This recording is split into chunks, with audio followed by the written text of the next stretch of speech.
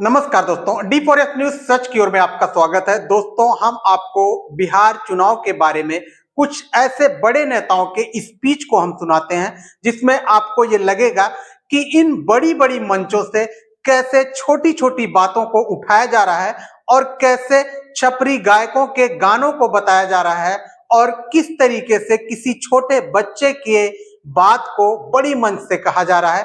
तो दोस्तों, सबसे पहले हम आपको सुनाते हैं कि सीतामढ़ी रैली के दौरान माननीय श्री प्रधानमंत्री नरेंद्र मोदी ने किस तरीके से एक छोटे से बच्चे की बात और गायकों की बात कही है और वो किस तरीके से ये कह रहे हैं कि यहाँ कट्टा बंदूक और दोनाली की बात कर रहे हैं।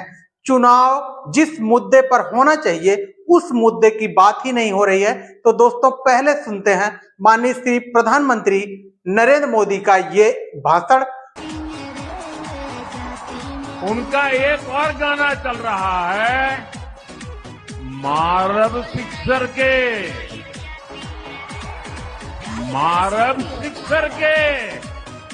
6 गोली छाती में। साथियों, मां सीता के आशीर्वाद से ही बिहार विकसित बिहार बनेगा। ये जो चुनाव है, ये विकसित बिहार बनाने के लिए है। ये चुनाव तय करेगा आने वाले सालों में बिहार के बच्चों का भविष्य क्या होगा, आपके संतानों का भविष्य क्या होगा, आपके बेटे बेटियों की आने वाली कल कैसी होगी। और इसलिए ये चुनाव बहुत अहम है। साथियों, आरजेडी वाले बिहार के बच्चों के लिए क्या करना चाहते हैं, ये इनके नेताओं के चुनाव प्रचार में साफ साफ दिखता है। आप जरा ये जंगल राज वालों के गाने और उनके नारे जरा सुन लीजिए, आप कांप जाएंगे। क्या बोलते हैं, क्या सोचते हैं। आरजेडी के मंचों पर मासूम बच्चों से कहलवाया जा रहा है। क्या कहलवाया जा रहा है? वो बच्चे कह रहे हैं उन्हें रंगदार बनना है, रंगदार बनना है।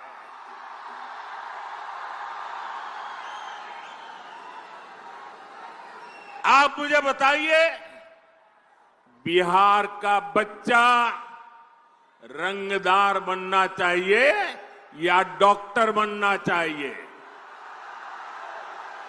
रंगदार बनना चाहिए या डॉक्टर बनना चाहिए? क्या हम हमारे बच्चों को रंगदार बनने देंगे? क्या रंगदार बनाने वालों को जीतने देंगे? बिहार का बच्चा रंगदार नहीं बन सकता। अब हमारा बच्चा इंजीनियर बनेगा, डॉक्टर बनेगा, एडवोकेट बनेगा, अदालत में जज बनेगा। मैं बिहार में आपको, यहां फैशन है ना, कट्टा लेकर के आ जाते हैं, फिर बोलते हैं हैंड्स अप, यही है ना। मैं बिहार में आपको हैंड्स अप कहने वाले, अब बिहार में उनके लिए जगह नहीं है। अब तो बिहार में स्टार्टअप के सपने देखने वाले चाहिए, हैंड्स अप वाले नहीं चाहिए हमें। साथियों, हम बच्चों के हाथ में किताबें, कंप्यूटर, लैपटॉप दे रहे हैं। हमारे बच्चे खेल में आगे बढ़े, इसलिए हम उन्हें बैट दे रहे हैं, हॉकी स्टिक दे रहे हैं, फुटबॉल दे रहे हैं, वॉलीबॉल दे रहे हैं, लेकिन आरजेडी के लोग बिहार के युवाओं को कट्टा और दूनाली देने की बात कर रहे हैं।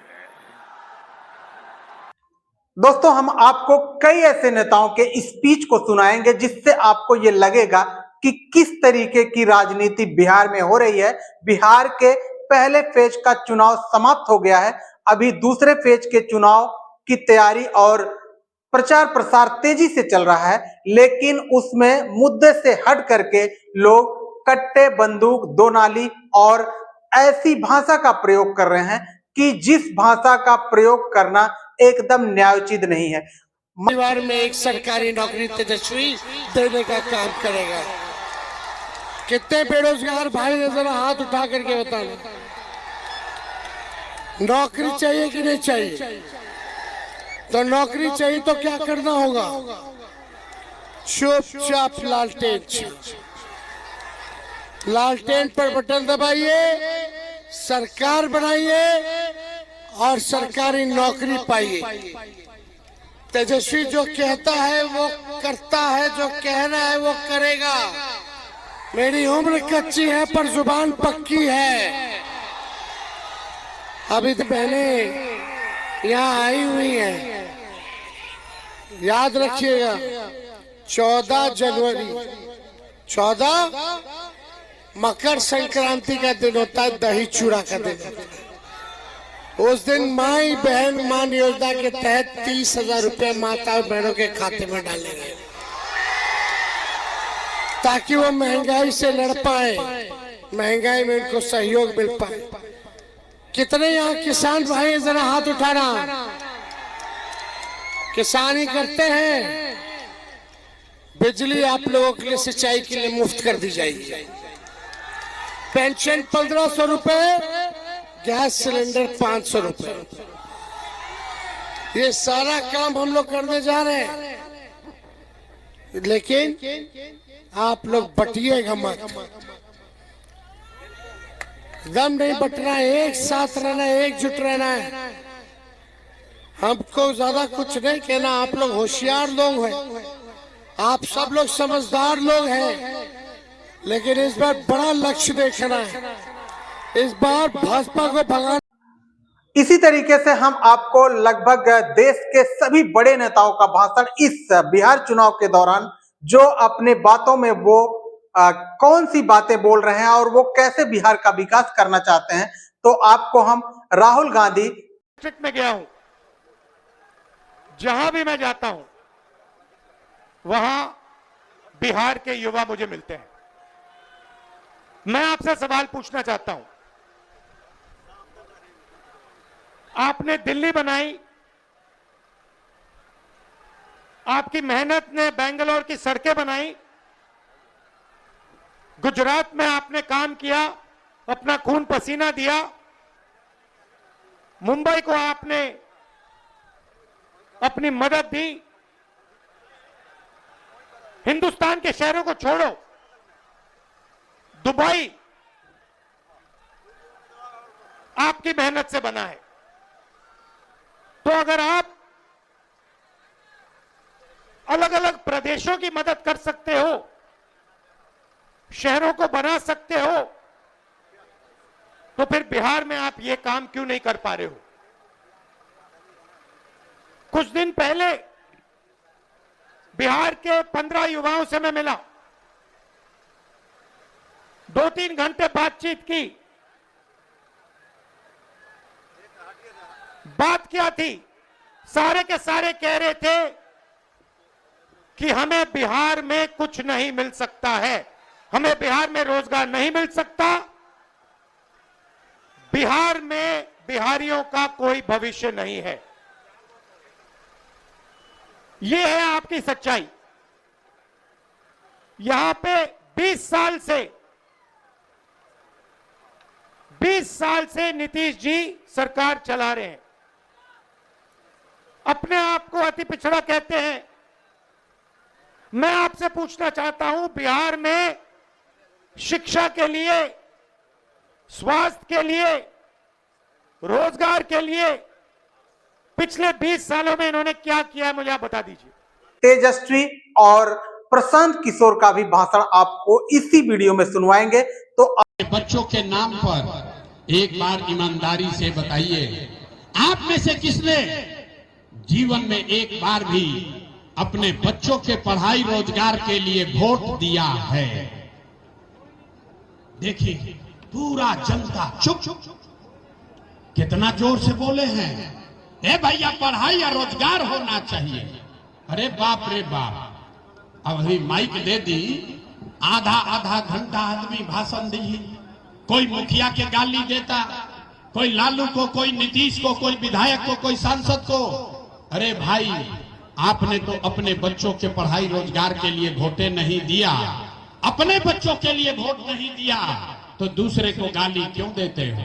अब कोई खड़ा होके कही कि भैया एकर का गारंटी बा कि पढ़ाई रोजगार खातिर वोट दिहल जाए तो मिली?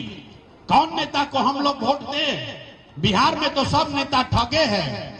तो अभी आपको हम लिख के देते हैं, इस बात का गारंटी है, वोट किसको देना है दीजिए, आपके बच्चे को पढ़ाई रोजगार मिलेगा ही मिलेगा। हमारी बात पर भरोसा नहीं करना है, सबको ये जादू अपने आंख के सामने देख कर जाना है। अभी 2 मिनट में जादू देखिए कि आपके बच्चों को पढ़ाई रोजगार कैसे मिलेगा। दूसरे सवाल का जवाब दीजिए।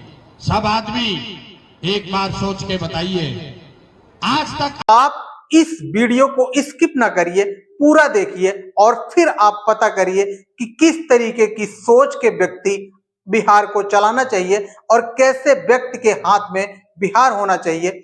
और बिहार के अंतिम चरण का चुनाव है और इस चुनाव में लोग जमीनी स्तर की बात करने के साथ साथ लोग जमीनी स्तर की कुछ अफवाहों की बातें कर रहे हैं जो नहीं होना चाहिए।